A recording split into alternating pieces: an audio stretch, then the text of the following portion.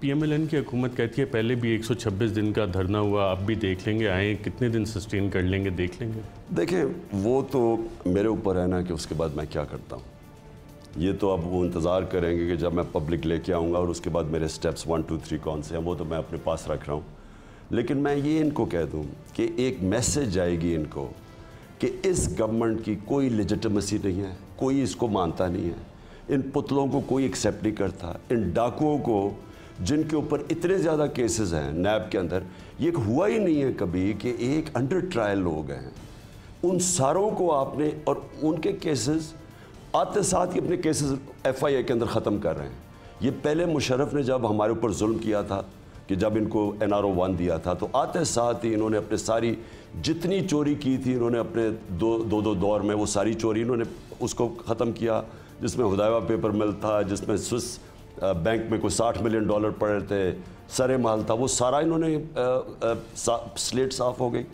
10 साल में फिर इन्होंने लूटना शुरू किया। इनके जो अभी केसेस हैं 5% तो हमारे दौर में बने हैं, बाकी तो इनके दौर में बने हुए हैं। अब ये पहली चीज़ होगी कि ये केसेस ख़त्म करें। और मुझे जो शौक मिला है कि एक तो आते साथ ही इन्होंने FIA को सारे लोग तब्दील कर दिया, और ये हमारी अदालतें ये तमाशा देख रही हैं ये, और मैं हैरान हूँ कि इसके ऊपर सो मोटो एक्शन नहीं लिया जा रहा। ये कैसे हो सकता है कि एक आदमी के ऊपर 16 अरब रुपए के केसेस हैं FIA के अंदर, और वो आके सारों को ऑफिसर्स को तब्दील कर देता है और अपने लोग बैठा के और अपने आप को बचाने की कोशिश करता है। ये तो चोरी है, ये तो डे लाइट रॉबरी है।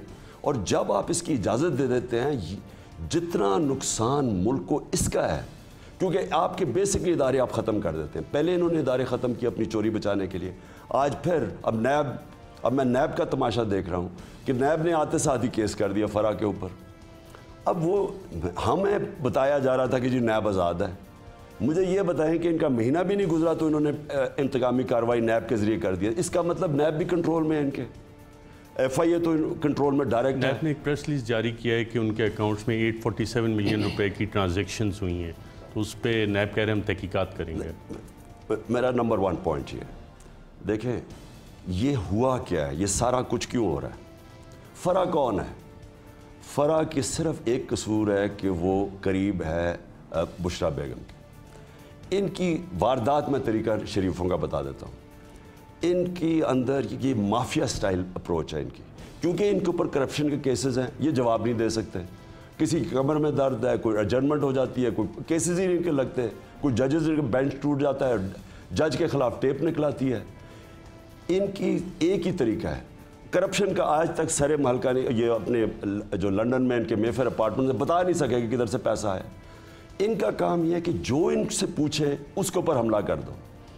पहले जब ऑपोजिशन में थी बेनज़ीर, उसके ऊपर उन्होंने तस्वीरें फेंकी, उसकी गंदी तस्वीरें उसकी और उसकी वालदा की, नुसरत भुट्टो की, जहाज़ से नीचे फेंकी। मैं जब पॉलिटिक्स में आया और करप्शन के ख़िलाफ़ आया, पहले इन्होंने सीटा वाइट उठा ली ज़ातियात के ऊपर, क्योंकि मेरे ऊपर करप्शन का क्या करना था। उसके बाद इन्होंने जो जमायमा शादी करके यहाँ मुसलमान होके आई, उसके ऊपर यहूदी लॉबी शुरू कर दिया, उसको यहूदी कह दिया। फिर उसके ऊपर टाइलों का केस कर दिया, 1 kg वो एंटीक टाइल स्मगल कर गए। 1 साल उसका केस चलाया इन्होंने। जब 1 महीना में बड़ा आसान होता है, एंटीक टाइल के ऊपर आप जाके फोरेंसिक टेस्टिंग कराए, पता चल जाता है कि एंटीक है या नहीं। वो उसके पास सर्टिफिकेट आ गया। 1 साल वो मुल्क से बाहर रही क्योंकि उन्होंने उसके ऊपर केस किया। अब फ़र्क का क्या है, वो है मेरे पर कुछ कर नहीं सकते।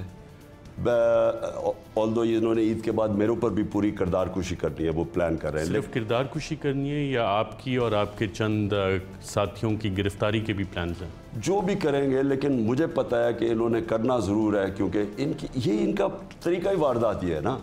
इनका तो तरीका ये है कि बजाय ये कि जवाब दें जाके कि ये आपकी 40 अरब रुपए करप्शन बताए, दूसरों को या कहेंगे आप भी करप्ट हैं, और या फिर आपकी किरदार कुशी।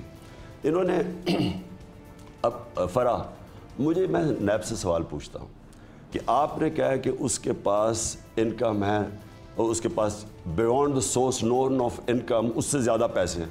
भाई वो बिजनेसमैन, ये तो आप पब्लिक ऑफिस होल्डर को ऐसे लेटर भेजते हैं, वो तो पब्लिक ऑफिस होल्डर ही नहीं है। आप उसको ये कैसे कह सकते हैं कि उसके पास उसकी ये नॉन सोर्स ऑफ इनकम है? ये तो ब्यूरोक्रेट्स या पॉलिटिशियंस हमारे से पूछे। उसके बाद उससे कहा जी आपके बैंक अकाउंट में इतना पैसा आ गया। वो रियल एस्टेट में 20 साल से है। 3 साल में जो रियल एस्टेट में पैसा बना है किसी जरा पूछे तो सही कि इतना कभी पैसा बना ही नहीं है। भाई आप FBR के अंदर केस कर दें कि अगर उसने टैक्स रिटर्न, लेकिन नैब का केस कैसे बन गया ये मुझे है कि अभी से ही इन्होंने नैब को इस्तेमाल कर रहे हैं। ये सिर्फ नून लीग नहीं है, और भी लोग मिले हुए हैं इसके अंदर इसको, और टारगेट मैं हूँ वो, क्योंकि मुझे मेरे ऊपर कुछ नहीं, बुशरा बेगम ऊपर क्या होना, वो तो घर ना, वो कोई बिजनेस ना, वो घर में रहती है, उसकी दोस्त के जरिए ये किया जा रहा है, और ये और सिर्फ किरदार कुशी की ये मुहिम तो रिजीम चेंज ऑपरेशन का हिस्सा होता है। मीडिया कैंपेन ये पहले से शुरू हो गई थी, आप समझ लें अब शुरू हो रही है? किरदार कुशी की कैंपेन पहले से शुरू हो गई थी जब मैं आया हूँ। जैसे जैसे इनको पता चला कि ये कंट्रोलेबल नहीं है, तो वो तो शुरू हो गई। एक फॉरेन एम्बेसी की एक इन्होंने साइफर पकड़ा हमारी एजेंसीज़ ने, जिसमें उसने कहा कि पुलवामा के बाद इमरान खान का ग्राफ ऊपर चला गया है, लेकिन फिक्र ना करें, फिर हम इसको नीचे लेके आएंगे। आप देखें ना, जिस तरह मीडिया का अटैक आया मेरे ऊपर जब से हम पावर में आए, हमें सारा वक्त कहते रहे कि जी आप फ्री आज़ादी सहाफ़त के ख़िलाफ़ हैं। आज ज़रा तमाशा देखें कि आज कोई बात नहीं कर रहा आज़ादी सहाफ़त की, कि किन लोगों को, आप जैसे लोगों को जो वाकई आज़ाद अपनी राय दे रहे हैं, प्रोपेगेंडा नहीं कर रहे, आप अपनी राय दे रहे हैं, उनके ऊपर किस तरह की पाबंदियाँ। और हमारे ज़माने में खुली आम अटैक था, यानी जितना अटैक मेरी हुकूमत का हुआ है, मैं नहीं समझता पाकिस्तान की तारीख़ में इस तरह किसी हुकूमत को अटैक किया गया। और ये सारा हिस्सा है, देखें जब मुसद्दक़ को गिराया तो पहले उन्होंने मीडिया के ऊपर पैसा चलाया। आपने इस्लामाबाद का प्लान बनाया, हुकूमत भी डिस्कशंस कर रही है, लीगल कंसल्टेशंस कर रही है कि ट्रीज़न के केसेस आर्टिकल 6 के मुकदमे कायम किए जाएँ आप पे, कासिम सूरी पे और काबीना के चंद और लोगों पे। ये मुकदमे फेस करने के लिए आप तैयार हैं? ये वाला मुकदमा और दीगर मुकदमे जिनकी तैयारी कर रही है?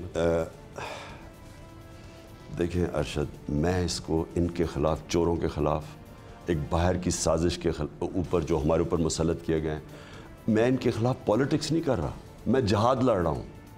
जहाद के अंदर ये छोटी चीज़ है जेलों जोलों में जाना, मैं अपनी जान की कुर्बानी देने के लिए तैयार हूँ। यानी मैं ये कभी इन लोगों को एक्सेप्ट नहीं करूँगा, और जब तक मैं ज़िंदा हूँ मैं इनके ख़िलाफ़ लड़ूंगा। कोई मुझे फ़िक्र नहीं है, आर्टिकल 6 लगाएं, जो भी लगाएं। ये टाइम है पाकिस्तान में, मैं जो कह रहा हूँ, फ़ैसला कुन वक्त है। इस वक्त अगर हम इनके नीचे घुटने टेक गए, मैं समझता हूँ कि जो पाकिस्तान, जो उसके बाद जिन जिन मुल्कों में इन्होंने रजीम चेंज की है और जिस तरह हुआ है, वो फिर एक डाउनवर्ड स्पायरल शुरू हो जाता है।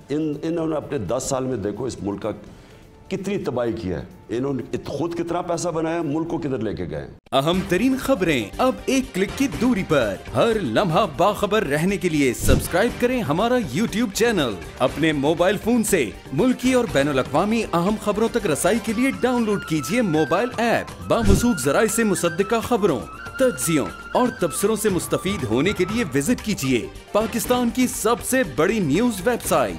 ARY न्यूज पहुंचा रहा है खबरें सबसे पहले आप तक, ताकि आप रहें हर लम्हा बाखबर।